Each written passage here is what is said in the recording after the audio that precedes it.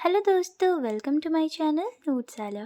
तो आज के वीडियो में हम लोग करने वाले हैं सैम्पल क्वेश्चन पेपर क्लास 12 का बिजनेस स्टडीज़ का। तो चलिए शुरू करते हैं आज का वीडियो।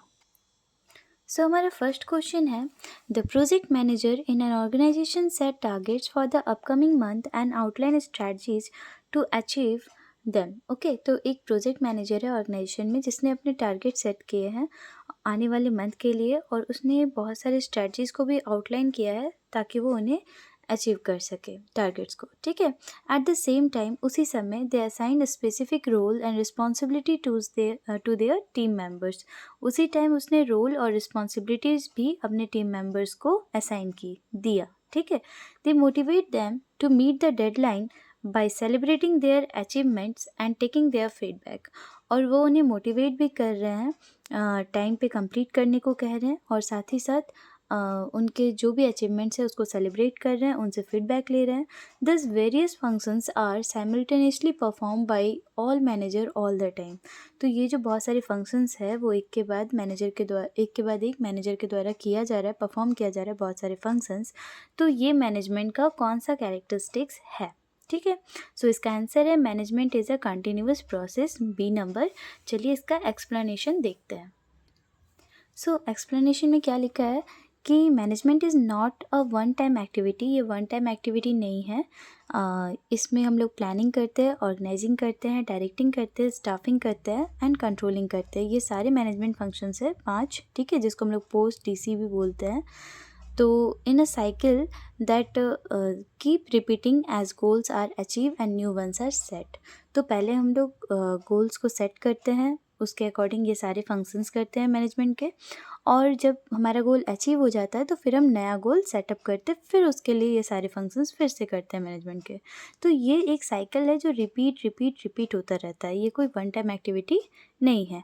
इन दिस सिनेरियो, जो भी हमें सिनेरियो दिया गया था, उसमें जो प्रोजेक्ट मैनेजर है वो साइमल्टेनियसली क्या कर रहा है, टारगेट सेट कर रहा है जिसको हम लोग प्लानिंग बोलेंगे, और स्ट्रैटेजीज डिफाइन कर रहा है जिसको हम लोग ऑर्गेनाइजिंग बोलेंगे, टीम्स को मोटिवेट कर रहा है जिसको हम लोग लीडिंग बोलेंगे, और soliciting feedback to adjust actions, और फिर वो फीडबैक भी ले रहा है और उसके अकॉर्डिंग वो एक्शंस भी कर रहा है, तो जिसको हम लोग कंट्रोलिंग बोलेंगे।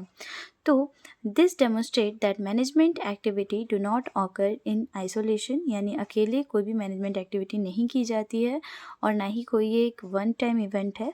दे फ्लो कंटिन्यूसली, ये बार बार होता है ताकि टीम को अलाइन करके रखा जा सके, मतलब एक साथ रखा जा सके, और ताकि वो ऑब्जेक्टिव्स को एक साथ मिलकर पूरा कर सके। चलिए नेक्स्ट क्वेश्चन देखते हैं। ये क्वेश्चन थोड़ा सा विजुअल सही नहीं है, बट ठीक है। चलिए, Henry Fayol's principle of discipline which emphasises obedience to organizational rule and employment agreement is evolved out of the experience and collective wisdom of managers। ठीक है, तो यहाँ पे बोल रहा है कि जो हेनरी फ्योल का प्रिंसिपल ऑफ डिसिप्लिन है वो किस पे जोर डालता है कि ऑर्गेनाइजेशन के जो भी रूल्स हैं, जो भी एम्प्लॉयमेंट के एग्रीमेंट है, वो कहीं ना कहीं आपका मैनेजर के एक्सपीरियंस और उनके नॉलेज के वजह से वो बनाए गए हैं। ठीक है, so the nature of principle of management, तो ये जो प्रिंसिपल ऑफ मैनेजमेंट है वो कौन सा नेचर यहाँ पे उसका रिफ्लेक्ट किया जा रहा है इस स्टेटमेंट के थ्रू। तो यहाँ तो सीधा आंसर होगा D, form by practice and experimentation. इसका हम लोग देख लेते हैं एक्सप्लेनेशन।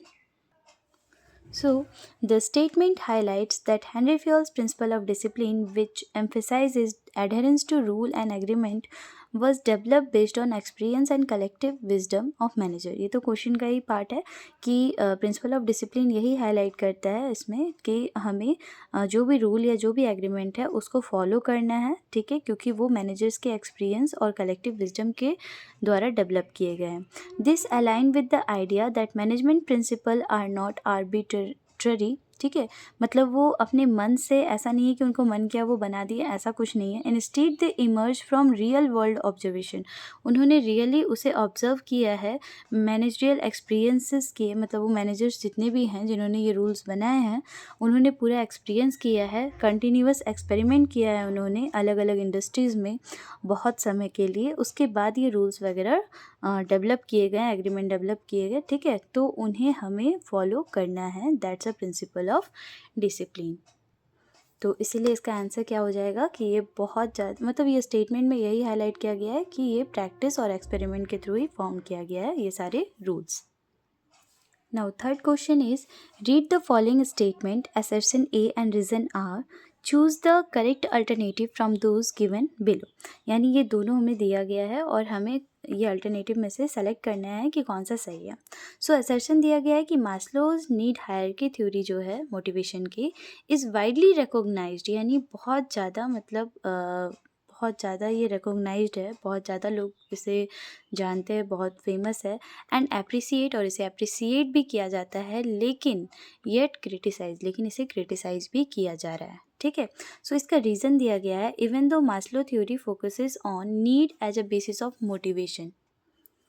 तो मास्लो की जो थ्योरी है वो नीड्स पे फोकस की गई है और वो मोटिवेशन पे बेस्ड है। ठीक है, and help to develop understanding about the motivation phenomena, मतलब कि ये डेवलप करता है कहीं ना कहीं ये समझने में कि हम लोग किस तरह से मोटिवेशन फेनोमेना को समझ सकते हैं। ये थ्योरी के थ्रू हम लोग, मतलब किसी भी ह्यूमन का मोटिवेशन कैसे, हम लोग उसकी क्या ज़रूरत है, उसे हम कैसे मोटिवेट कर सकते हैं, इस थ्योरी के अकॉर्डिंग हम लोग समझ सकते हैं।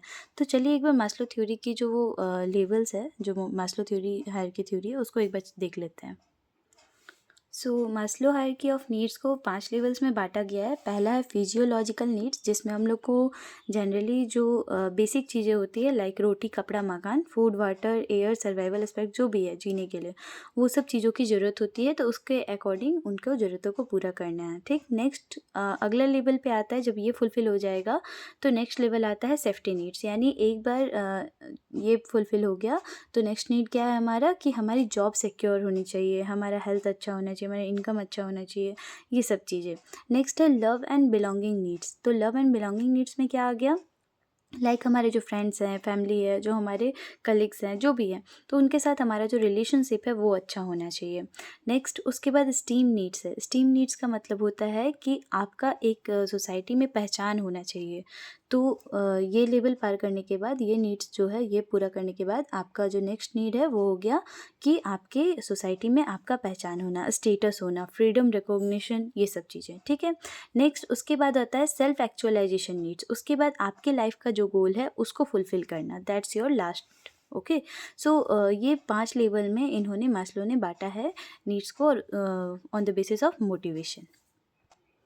तो इससे तो हम लोग ये समझ सकते हैं, मोटिवेशन फेनोमेना को समझ सकते हैं, बट फिर भी हिज प्रोपोजिशंस, यानी इनके जो ये प्रस्ताव है, ये जो पूरी थ्योरी दी गई है, आ क्वेश्चन, उस पर सवाल उठ रहे हैं on their classification and hierarchy. ये जो लेवल उन्होंने बनाया, ये जो क्लासिफिकेशन उन्होंने जो किया है, उस पर अभी भी सवाल उठ रहे हैं।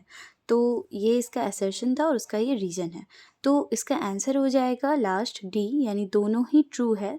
और इसका एक्सप्लेनेशन हम लोग चलिए एक बार पढ़ लेते हैं।